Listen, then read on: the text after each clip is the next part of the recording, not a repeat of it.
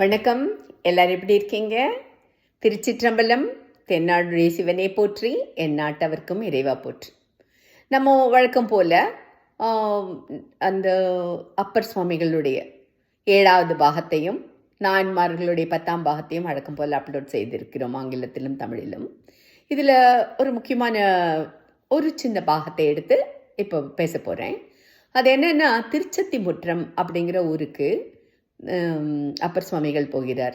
அங்கே போகும்போது அவருக்கு தன்னுடைய தலையில் இறைவனுடைய பாதம் பட வேண்டும் அப்படிங்கிற ஒரு கோரிக்கையை வைக்கிறார். அது என்னது அப்படின்னு கேட்டால், பொதுவாக வைஷ்ணவ சம்பிரதாயத்தில் நீங்கள் விஷ்ணு கோயில்களுக்கெல்லாம் போனீர்களே ஆனால் தீர்த்தம் கொடுத்து விட்டு ஜடாரி அப்படிங்கிற ஒன்றை நம்மளுடைய தலையில் வைப்பார்கள். இந்த ஜடாரிங்கிறது என்னது அப்படின்னு சொல்லி கேட்டால், இறைவனுடைய திருவடி. அந்த இறைவனுடைய திருவடியே தான் நம்மாழ்வார் என்று சொல்வார்கள். நம்மாழ்வார் ஒரு பக்கம் ஆச்சாரியர், ஒரு பக்கம் ஆழ்வார். இப்படியாக இரு இடங்களிலுமே அவர் இருக்கிறார். சாதாரணமான நம்பிக்கை என்ன அப்படின்னு சொல்லி கேட்டாக்கா, ஒரு ஜீவன் தான் இறைவனை அடைய வேண்டும் அப்படிங்கிற எண்ணம் ஏற்பட்டு விட்டால் குருவை தேடி செல்வார். அல்லது அந்த ஜீவன் அந்த இறைவனை அடையும் எண்ணத்தோடு தவிக்கிறான் என்றால் குருவே தேடி அவனை உய்விப்பார். இது ஒரு நம்ம சுந்தரகாண்டத்திலேருந்து இதை நாம் பார்க்கிறோம்.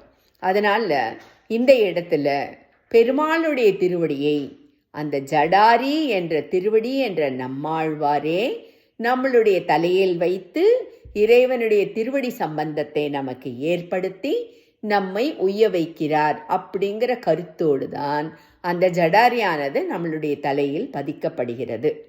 இப்படியாக வைணவ கோவில்களில் இந்த ஜடாரி என்பது உண்டு. அதாவது ஆச்சாரியனுடைய சம்பந்தம் இறைவனுடைய சம்பந்தமாக மாறும் அப்படிங்கிறத நம்ம ஏற்கனவே பகவத் ராமானுஜருடைய சரித்திரத்திலையும் நிறைய படித்திருக்கிறோம். ஆனால் வைணவர்களுக்கு இருக்கிற மாதிரி சைவர்களுக்கு ஜடாரி கிடையாது. ஆனால் அப்பர் சுவாமிகளுக்கு ஜடாரி கிடைத்த இறைவனுடைய திருப்பாதம் அவர் சென்னியில் பதித்ததனால் திருநல்லூர் கோவிலில் மட்டும் ஜடாரி வைக்கும் பழக்கம் இருக்கிறது.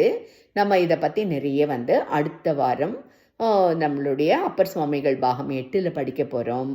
இந்த ஜடாரி வைப்பது என்பது இதுதான். அந்த ஆச்சாரியர்களுடைய அடிபணிய வேண்டும் என்பதற்கு உண்டான முதல் காரணமும் இதுதான். சரியா?